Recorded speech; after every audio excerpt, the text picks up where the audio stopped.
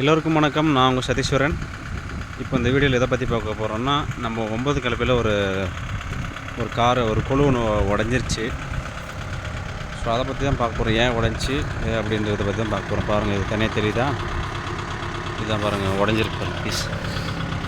ஆக்சுவலாக இது எப்படி இருக்கும், இப்படி ஃபிட்டு இப்படி இருக்கும்.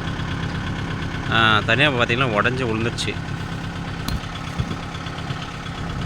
என்ன காரணம் பார்த்திங்கன்னா, நம்ம கல்லில் ஓட்டுறோம் இல்லையா, ஒரு புது கல்லில் ஓட்ட போனேன்.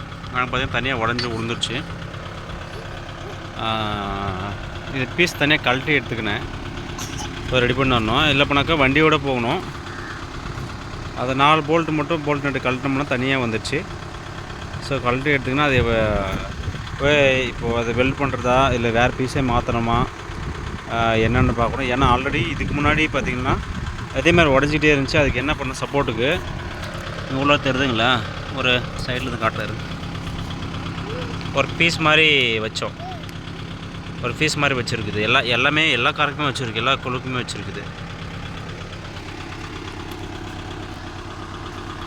கலப்பையை மேலே தூக்கில இருங்க.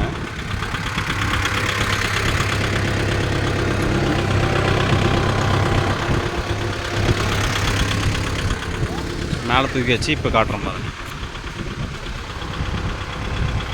எல்லாத்துலேயுமே இருக்கும் இந்த மாதிரி ஒரு பீஸ் வந்து பார்த்திங்கன்னா எக்ஸ்ட்ரா வச்சுருக்கு.